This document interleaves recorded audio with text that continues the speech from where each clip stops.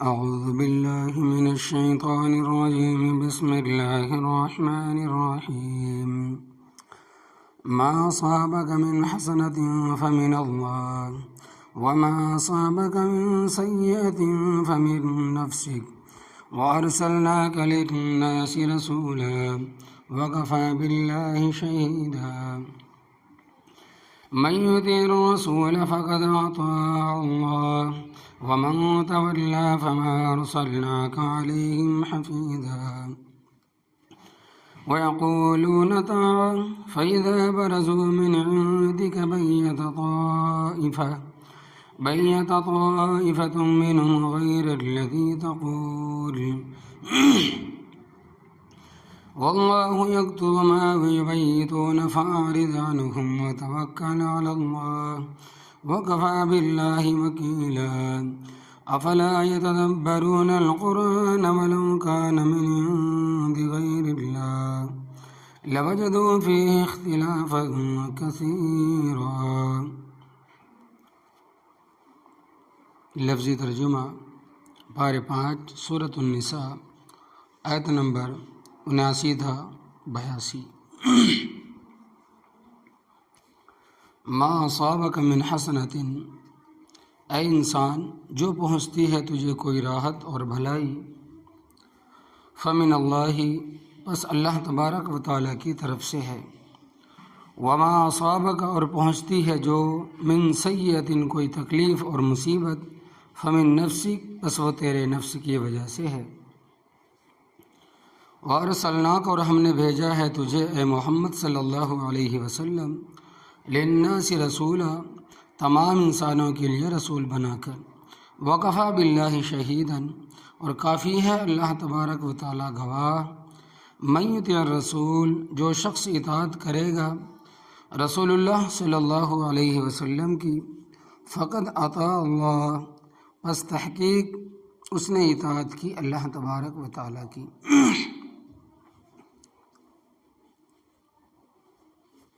ومن، اور وہ شخص، تولا، جس نے اطاعت سے روگردانی کی، منہ پھیرا، فما ارسلناک، پس نہیں بھیجا ہم نے آپ کو، علیہم، ان پر، حفیظا، نگران. ویقولون، اور کہتے ہیں، طاعۃ، ہمارا کام ہے اطاعت کرنا. فإذا برزوا،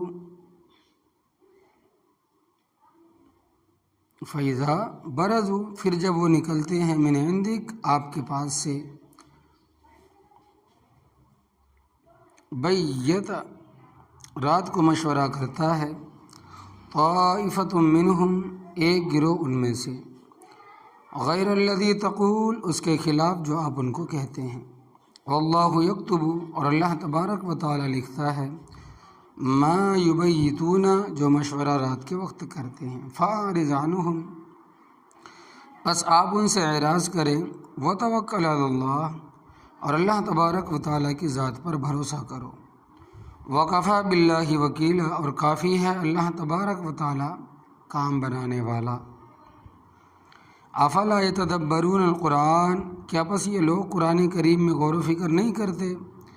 ولو کانا، اگر ہوتا یہ قرآن، من عند غیر اللہ، اللہ تبارک و تعالیٰ کے سوا کسی اور کی طرف سے، لوجدوا فیہ، البتہ پاتے وہ اس میں، اختلافا کثیرا، بہت سارا اختلاف.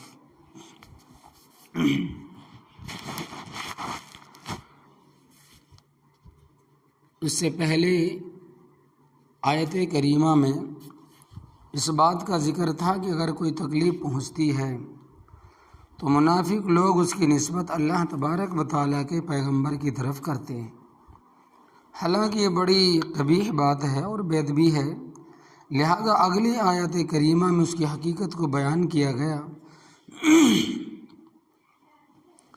اللہ تبارک و تعالیٰ فرماتے ہیں کہ ما اصابک من حسنۃ، اے انسان جو پہنچتی ہے تجھے کوئی راحت اور بھلائی، فمن اللہ، پس اللہ تبارک و تعالیٰ کی طرف سے ہے.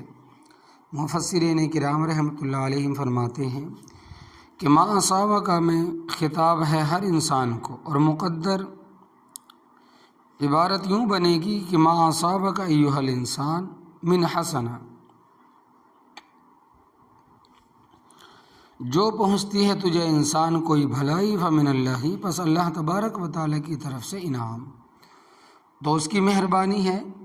وما اصابک، اور جو پہنچتی ہے تجھے انسان من سیئۃ، کوئی تکلیف اور مصیبت، فمن نفسک، وہ تیرے نفس کی وجہ سے ہے، اس میں تیرے کسی گناہ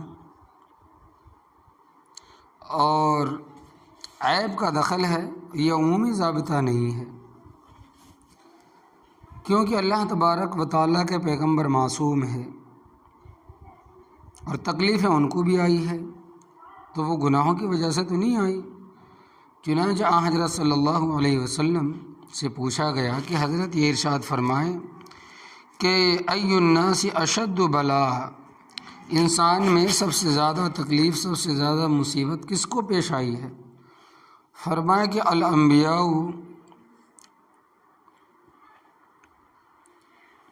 کہ سب سے زیادہ تکلیف پیغمبروں کو پائی ہے، پھر ان کو جو درجے میں انبیاء کرام علیہ الصلاۃ والسلام کے قریب ہے،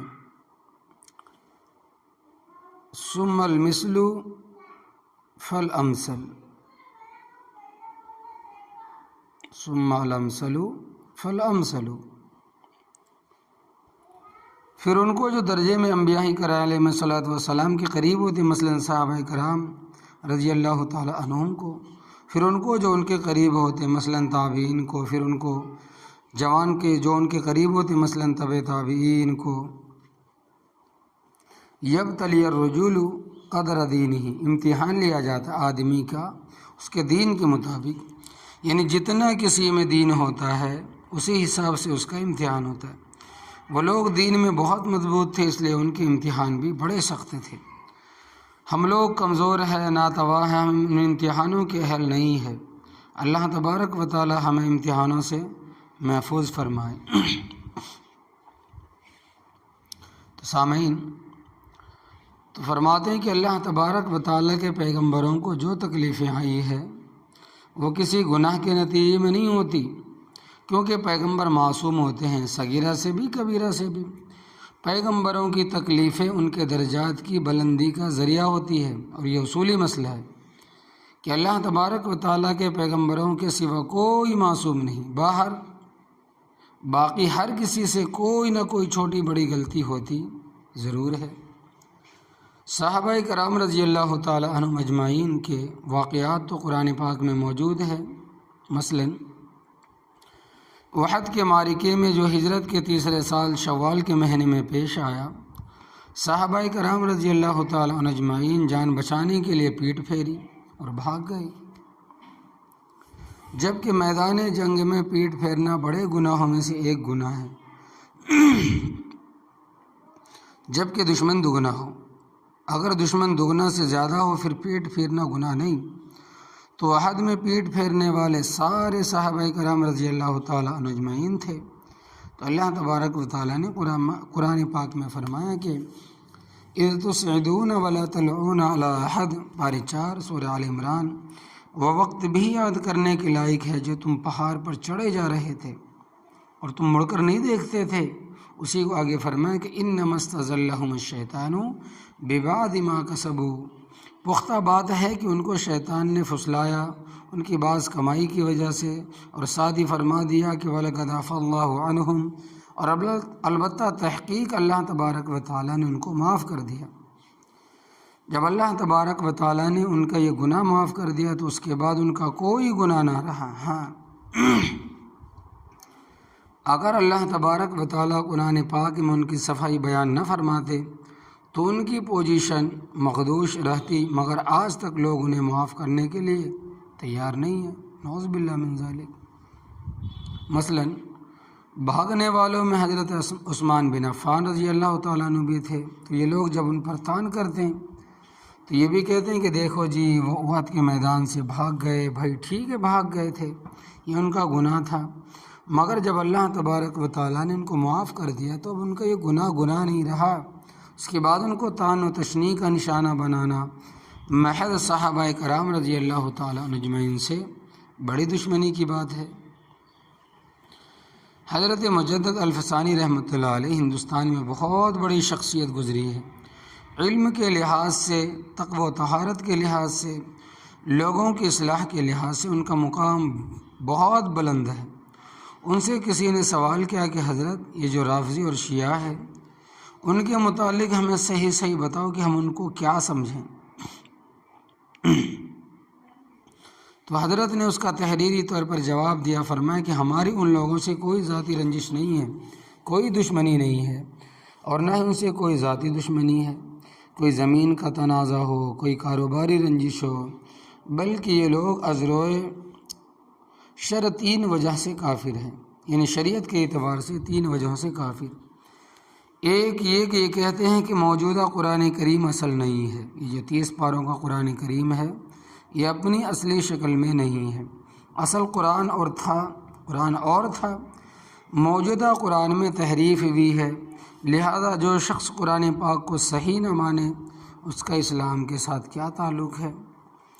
نمبر 2، ان کے کفر کی دوسری وجہ یہ ہے کہ نبی کریم صلی اللہ علیہ وسلم کے بعد 12 امام مانتے ہیں، اور اماموں کو معصوم عن الخطا مانتے ہیں کہ وہ صغیرہ کبیرہ گناہوں سے پاک ہے، اور ان پر باقاعدہ وحی نازل ہوتی ہے۔ تو حضرت مجدد الفسانی رحمۃ اللہ علیہ فرماتے ہیں کہ اماموں کو معصوم ماننا اور ان کے متعلق یہ نظریہ رکھنا کہ ان پر باقاعدہ وحی نازل ہوتی ہے، تو پھر نبوت ختم تو نہیں ہوئی، بلکہ نبی کریم صلی اللہ علیہ وسلم کے بعد 12 نبی اور پیدا ہو گئے، اور جو ختم نبوت کا منکر ہے وہ تو پکا کافر ہے۔ اسی طرح شاہ ولی اللہ صاحب محدث دہلوی رحمۃ اللہ علیہ حضرت مجدد الفسانی رحمۃ اللہ علیہ کے بعد ہندوستان میں بہت بڑی شخصیت تھے۔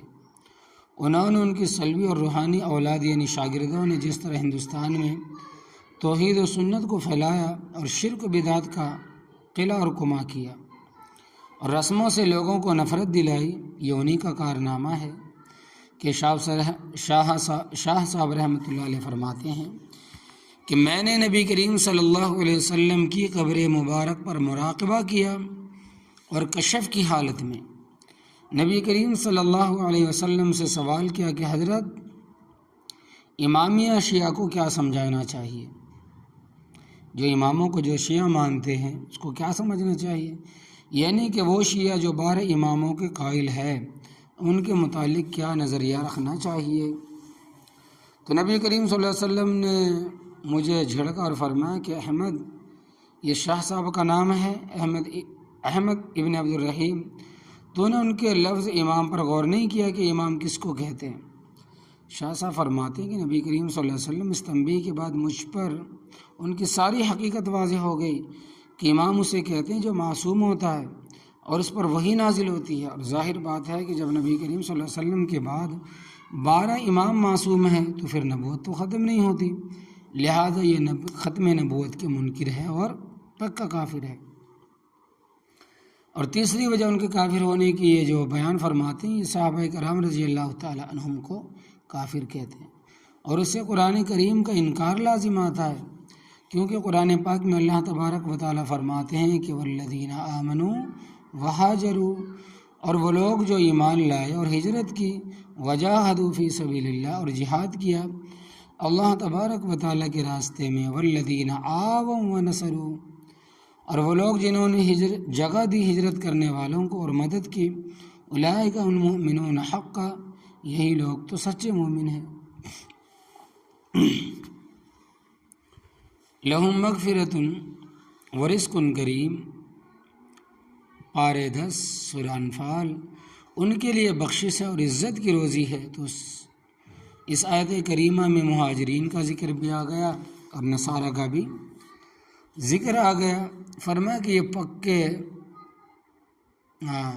اس میں مہاجرین کا بھی ذکر آیا گا اور انصار کا بھی ذکر فرمایا، یہ پکے مومن ہیں، لہذا جو شخص مہاجرین میں سے یا انصار میں سے کسی کو مومن نہ سمجھے تو اس کا قرآن پاک پر ایمان نہیں، اور جو قرآن پاک کا منکر ہے وہ تو پکا کافر ہے۔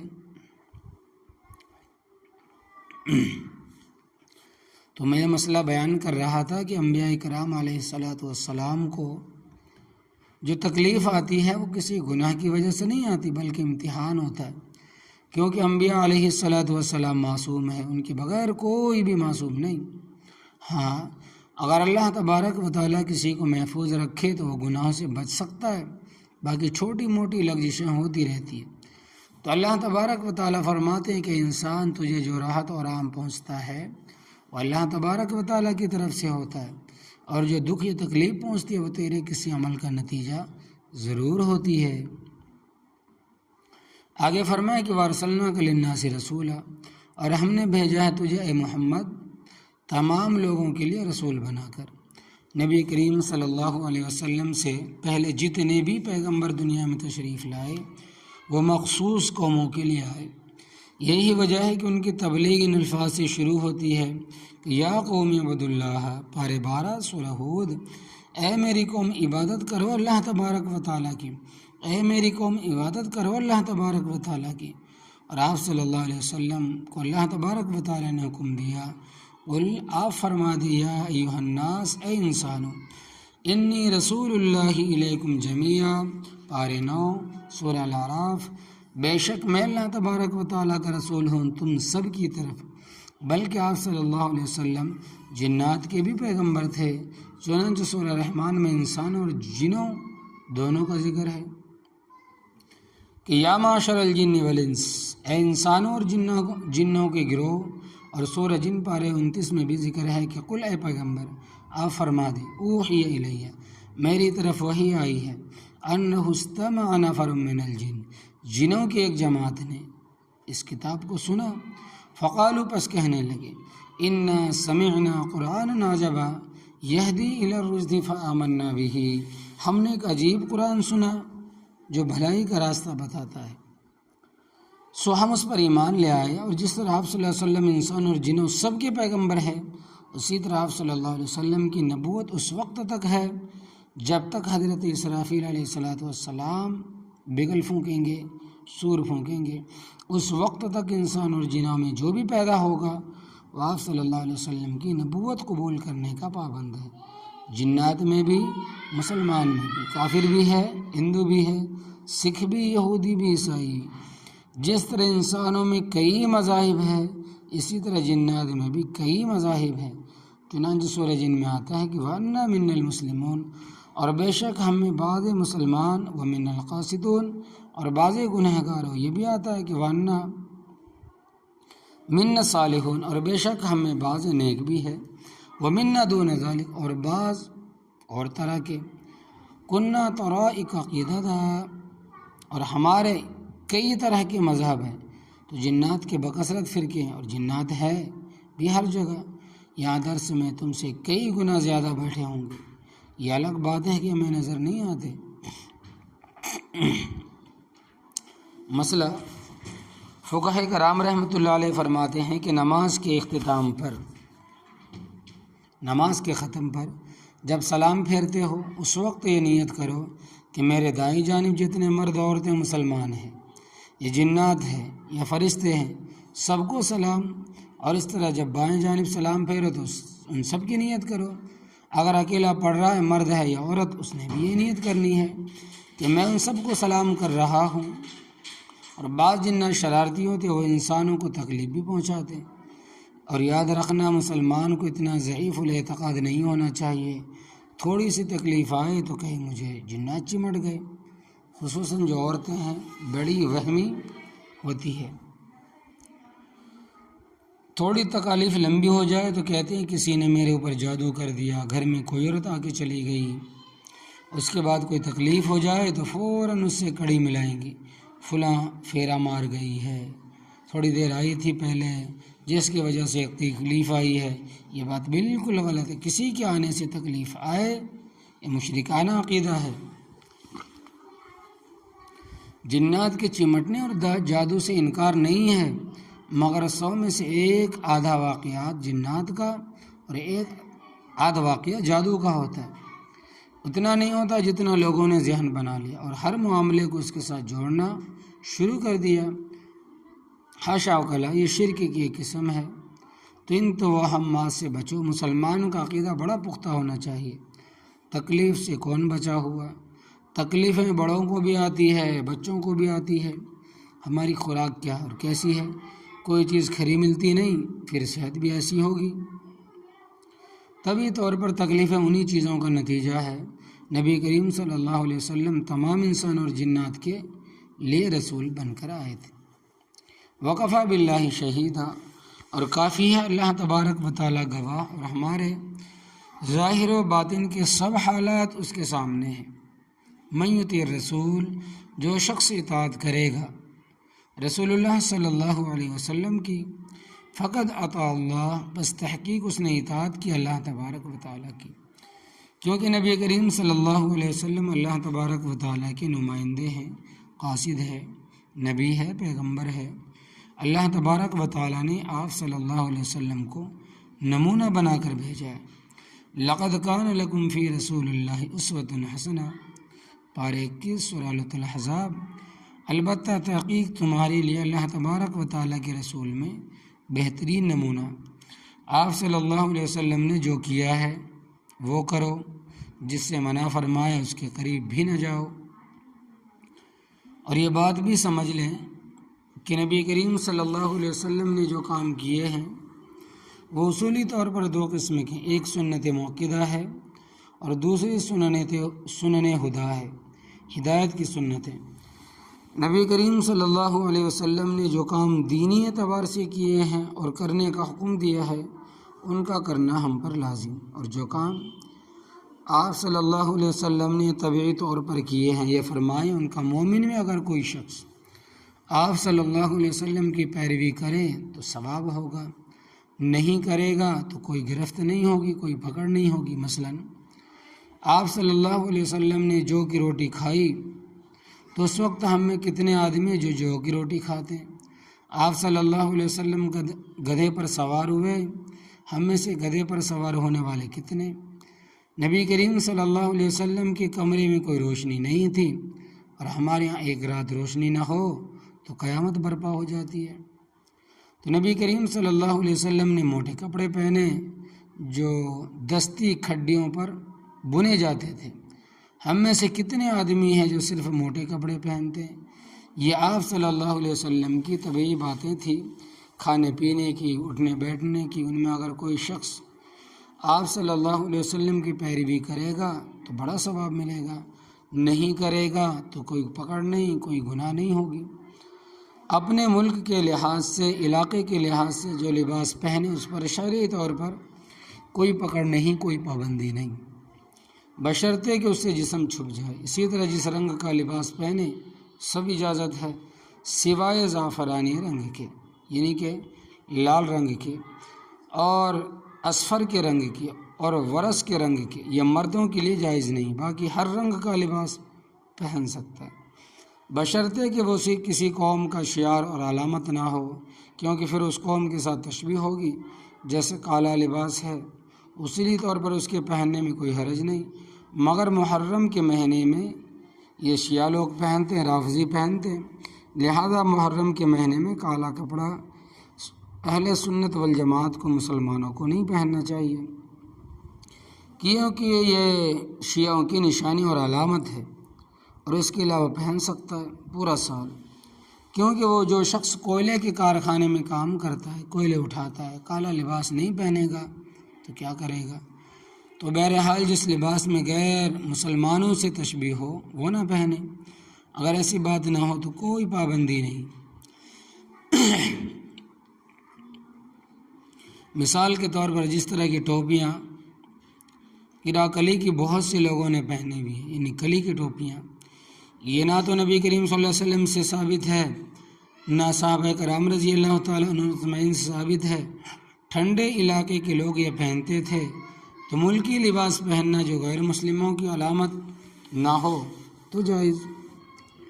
لہذا نبی کریم صلی اللہ علیہ وسلم سفید لباس کو پسند فرماتے تھے، اور فرمایا کہ سفید لباس پہنو، اسی میں مردوں کو کفن دو، لہذا سفید رنگ کا لباس مستحب ہے، لیکن دوسرے رنگ کا لباس بھی پہن سکتے ہیں۔ فتح مکہ کے موقع پر نبی کریم صلی اللہ علیہ وسلم نے کالے رنگ کی پگڑی باندھی ہوئی تھی۔ حدیث کے الفاظ ہے کہ کانت علی رأسہ امامۃ سوداء، اسی طرح سفید پگڑی بھی پہن سکتے ہیں، سبز رنگ کی پگڑی بھی پہن سکتے ہیں، یعنی ہری پگڑی، کوئی پابندی نہیں۔ بعض لوگ غلو سے کام لیتے ہیں، کہتے ہیں کہ یہ بتاؤ کہ نبی کریم صلی اللہ علیہ وسلم نے کون سے رنگ کا کپڑا پہنا ہے اور کہاں تک ہوتا تھا۔ بھائی یہ طبی چیزیں شرعی طور پر کوئی گرفت نہیں ہے۔ ہاں اتنی بات پوشیدہ ہے، اتنی بات ہے کہ شلوار ٹخنوں سے نیچے نہیں ہونی چاہیے۔ فرمایا کہ جس نے نبی کریم صلی اللہ علیہ وسلم کی پیروی کی اس نے اللہ تبارک و تعالیٰ کی پیروی کی۔ وما تولا، اور جس شخص نے اطاعت سے روگردانی کی، منہ موڑا، فما ارسلناک علیہم حفیظا، پس نہیں بھیجا ہم نے آپ کو ان پر نگراں بنا کر، آپ کا کام ہے سمجھا دینا۔ ویقولون اطاع، اور کہتے ہیں کہ ہمارا کام ہے اطاعت کرنا۔ یہ منافقوں کا ذکر ہے۔ جب وہ آپ کی مجلس میں بیٹھے ہوتے تو کہتے حضرت ہم آپ کی اطاعت کریں گے اور آپ کو راضی کرنے کے لیے حاضر ہیں۔ فَإِذَا بَرَزُوا مِنْ عِنْدِكَ، پھر جب وہ نکلتے ہیں آپ کے پاس، یعنی آپ کی مجلس سے اٹھ کر چلے جاتے ہیں، بَيَّتَ طَائِفَةٌ مِّنْهُمْ، رات کو مشورہ کرتا ہے ایک گروہ ان میں سے، غیر الذی تقول، ان کے خلاف جو آپ ان کو کہتے ہیں۔ مثلاً آپ صلی اللہ علیہ وسلم نے مجلس میں طے کیا کہ فلاں مقام پر جہاد کے لیے آدمیوں کو بھیجنا ہے، فلاں کام اس طرح کرنا ہے، فلاں کام اس طرح کرنا ہے، مگر ان منافقوں کی مرضی نہیں ہوتی ہے، تو یہ جا کر رات کو مشورہ کرتے ہیں کہ آپ صلی اللہ علیہ وسلم کے احکام کو کس طرح ٹالنا ہے، کس بہانے سے ہماری جان بچ سکتی ہے، اور مجلس میں بڑھ چڑھ کر باتیں کریں گے۔ واللہ یکتب ما یبیتون، اور اللہ تبارک و تعالی لکھتا ہے جو مشورے وہ رات کے وقت کرتے ہیں۔ اللہ تبارک و تعالی خود تو نہیں لکھتا، اس نے فرشتے مقرر فرمائے ہیں، وہ نام اعمال لکھتے ہیں۔ قرآن کریم میں ہے کہ عن الیمین و عن الشمال قعید، ایک فرشتہ دائیں کندھے پر بیٹھا ہے اور ایک بائیں کندھے پر بیٹھا ہے۔ رات والے فرشتے صبح کی نماز کے وقت چلے جاتے ہیں اور دن کی ڈیوٹی والے آ جاتے ہیں، یا عصر کے وقت پھر چلے جاتے ہیں، رات کی ڈیوٹی والے آ جاتے ہیں۔ مثلاً صبح کی نماز جب یہاں شروع ہوئی تو اس محلے کے سارے فرشتوں کی ڈیوٹی بدل گئی۔ اس طرح جب اس مسجد میں عصر کی نماز شروع ہوگی تو اس محلے کے دن والے فرشتے چلے جائیں گے اور رات کو دوسرے آ جائیں گے۔ ان فرشتوں کو کرامن کاتبین کہتے ہیں۔ ما یلفظ من قول الا لدیہ رقیب عتید، کوئی بات اس کی زبان پر نہیں آتی مگر ایک نگہبان اس کے پاس تیار رہتا ہے۔ انسان جو بات منہ سے نکالتا ہے وہ لکھ لیتے ہیں، اور جو کام کرتا ہے اس کو بھی لکھ لیتے ہیں۔ اسی طرح اگر کسی نے آنکھ یا ہاتھ سے نیکی بدی کا اشارہ کیا تو وہ بھی لکھ لیتے ہیں۔ قیامت والے دن وہ سارا دفتر سامنے کر دیا جائے گا، اور اللہ تبارک و تعالیٰ فرمائے گا کہ اقرأ کتابک کفیٰ بنفسک الیوم علیک حسیبا۔ تو اللہ تبارک و تعالیٰ ارشاد فرماتے ہیں کہ اقرأ کتابک کفیٰ بنفسک الیوم علیک حسیبا۔ پارہ 15 سورہ بنی اسرائیل، اپنی کتاب پڑھ لے، کافی ہے تیرا نفس آج کے دن اپنے حساب کے لیے۔ وہاں اللہ تبارک و تعالیٰ ہر ایک کو پڑھنے کی توفیق عطا فرما دیں گے۔ دنیا میں چاہے پڑھ سکتا تھا یا نہیں پڑھ سکتا تھا، قیامت والے دن ہر آدمی اپنا اعمال نامہ خود پڑھے گا۔ جب 2-4 صفحے پڑھ لے گا، اللہ تبارک و تعالیٰ فرمائیں گے کہ ذرا ٹھہر جا، یہ بتا میرے فرشتوں نے تیرے ساتھ کوئی زیادتی تو نہیں کی؟ جو اقوال اور افعال لکھے ہیں کیا تیرے ہی ہیں؟ بندہ کہے گا کہ پروردگار کوئی زیادتی نہیں کی۔ اللہ تبارک و تعالیٰ فرمائیں گے اور پڑھ، 2-4 صفحے اور پڑھے گا، پھر رب تعالیٰ فرمائیں گے کہ فرشتوں نے تیرے ساتھ کوئی زیادتی تو نہیں کی، نیکیاں نہ لکھی ہو، گناہ لکھ دیے ہوں؟ بندہ کہے گا کہ نہیں پروردگار وہی لکھا ہے جو میں نے کیا ہے۔ تو یہ سارے کا سارا ریکارڈ فرشتوں نے محفوظ کر رکھا ہے، کسی غلط فہمی میں نہ رہنا۔ لہٰذا یہ منافق جو رات کو مشورے کرتے ہیں وہ اللہ تبارک و تعالیٰ کے حکم سے فرشتہ لکھ لیتے ہیں، ریکارڈ سارا محفوظ ہے۔ فَأَعْرِضْ عَنْهُمْ، پس آپ ان سے اعراض کریں، ان کی باتوں پر توجہ ہی نہ دیں۔ وَتَوَكَّلْ عَلَى اللَّهِ، اور اللہ تبارک و تعالیٰ کی ذات پر بھروسہ کریں۔ وَكَفَىٰ بِاللَّهِ وَكِيلًا، اور اللہ تبارک و تعالیٰ کافی ہے کام بنانے والا، کارساز صرف اللہ تبارک و تعالیٰ ہے۔ اللہ تبارک و تعالیٰ فرماتے ہیں کہ منافقوں نے منافقت سے اتنا پیار کیوں کیا ہوا ہے؟ افلا یتدبرون القرآن، کیا پس یہ لوگ قرآن پاک میں غور و فکر نہیں کرتے؟ میں کہتا ہوں اگر کوئی مرد یا عورت قرآن پاک کا لفظی ترجمہ ہی پڑھ لے تو اسے اللہ تبارک و تعالیٰ کے فضل و کرم سے ایمان کی حقیقت سمجھ میں آ جائے گی اور کفر و شرک کی برائی سمجھ آ جائے گی۔ آج ہمارے اندر جتنی کمزوریاں ہیں ان کی وجہ سے صرف قرآن پاک سے دوری ہے، قرآن پاک کو سمجھا نہیں ہے۔ قرآن پاک کو سمجھنا صرف مولویوں طالب علموں کا کام نہیں ہے، قرآن پاک کا پڑھنا سمجھنا ہر مسلمان مرد عورت پر لازم ہے۔ وَلَوْ كَانَ مِنْ عِنْدِ اللَّهِ، اگر ہوتا یہ قرآن پاک اللہ تبارک و تعالیٰ کے سوا کسی اور کی طرف سے، لَوَجَدُوا فِيهِ اخْتِلَافًا كَثِيرًا، البتہ پاتے وہ اس میں بہت سارا اختلاف، حالانکہ اس میں ذرہ برابر بھی اختلاف ہے نہیں۔ سارے کا سارا قرآن پاک معزز ہی معزز ہے، حق ہی حق ہے۔ تو اللہ تبارک و تعالیٰ سمجھنے کی ہمیں توفیق